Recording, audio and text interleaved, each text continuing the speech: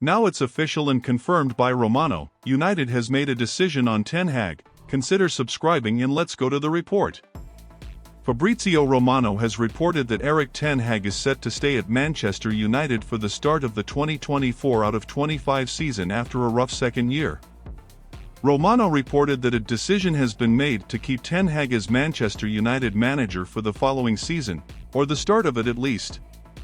The final decision was made by Ineos after Jim Ratcliffe purchased a large minority stake in the club in February.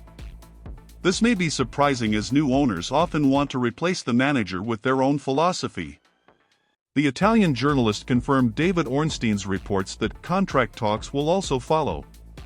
Initial talks have reportedly already started.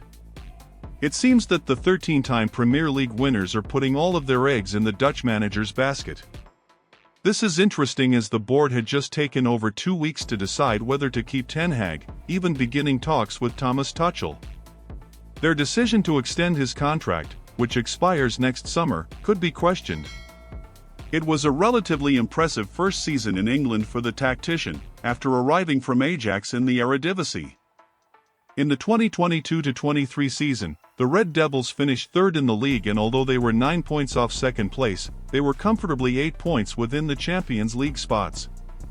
In the same season, Ten Hag picked up his first, and only so far, piece of silverware at United.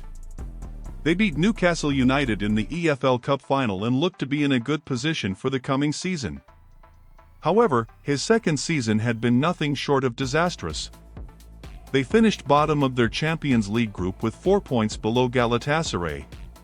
They were knocked out of the EFL Cup 3-0 by a completely rotated Newcastle side in the fourth round. And they finished a low 8th place in the Premier League. This was until Ten Hag pulled off one of the greatest tactical masterclasses of the season, to beat their noisy neighbours Manchester City 2-1 in the FA Cup final.